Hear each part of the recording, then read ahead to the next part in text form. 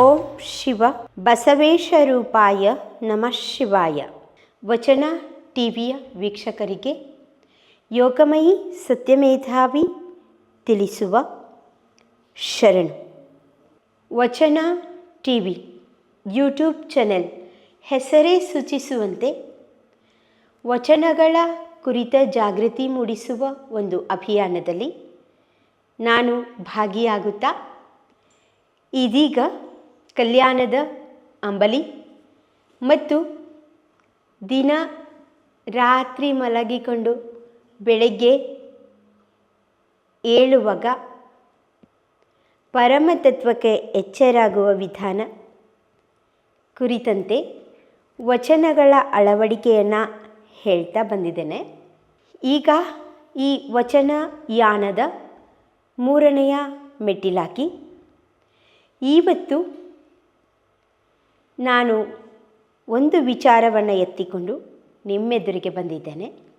ಯಾವುದೇ ಕಾರ್ಯಕ್ರಮವನ್ನು ಪ್ರಾರಂಭಿಸುವ ಮುನ್ನ ಭಾವಚಿತ್ರವೊಂದಕ್ಕೆ ಪೂಜೆ ಸಲ್ಲಿಸುವ ಒಂದು ಪರಿಪಾಠ.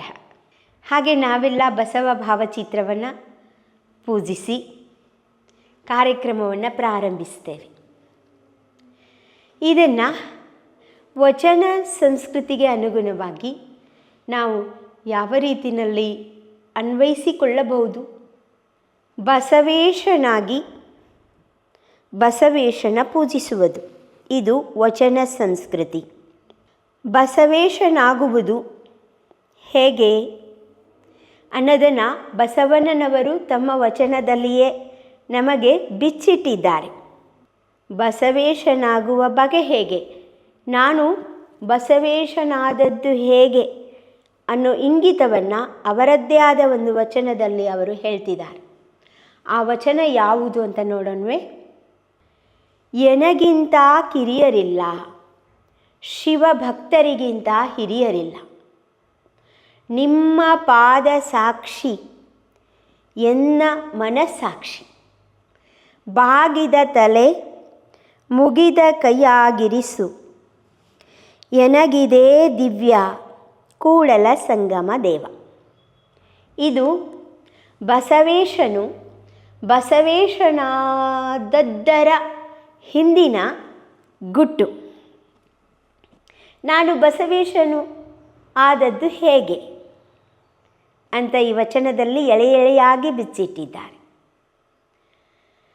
ನಾನು ಬಸವೇಶನಾಗಬೇಕಾದರೆ ಸದೈವ ಎನಗಿಂತ ಕಿರಿಯರಿಲ್ಲ ಎಂಬ ಭಾವವನ್ನು ಬದುಕಿದ್ದೇನೆ ಮತ್ತು ಶಿವಭಕ್ತರಿಗಿಂತ ಹಿರಿಯರಿಲ್ಲ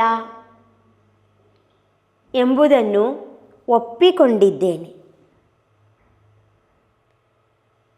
ಸರ್ವರಲ್ಲಿಯೂ ಶಿವನ ವಾಸವನ್ನು ಗುರುತಿಸಿ ಗೌರವಿಸುವುದರ ಪ್ರತೀಕವಾಗಿ ಬಾಗಿದ ತಲೆ ಮುಗಿದ ಕೈಯಾಗಿರುತ್ತೇನೆ. ನಾನು ತಲೆ ಬಾಗಿದೆ, ಕೈ ಮುಗಿದಿರುವೆ. ಎದುರಿಗಿರುವ ವ್ಯಕ್ತಿಯೂ ಕೂಡ ಅದೇ ರೀತಿ ನನಗೆ ಗೌರವ ಸಲ್ಲಿಸಬೇಕು ಎನ್ನುವ ಹಠ ನನಗಿಲ್ಲ. ಎದುರಿಗಿರುವ ವ್ಯಕ್ತಿ ನನ್ನ ಶರಣನ್ನು ಸ್ವೀಕರಿಸಲಿ ಬಿಡಲಿ, ಪ್ರತಿ ಗೌರವ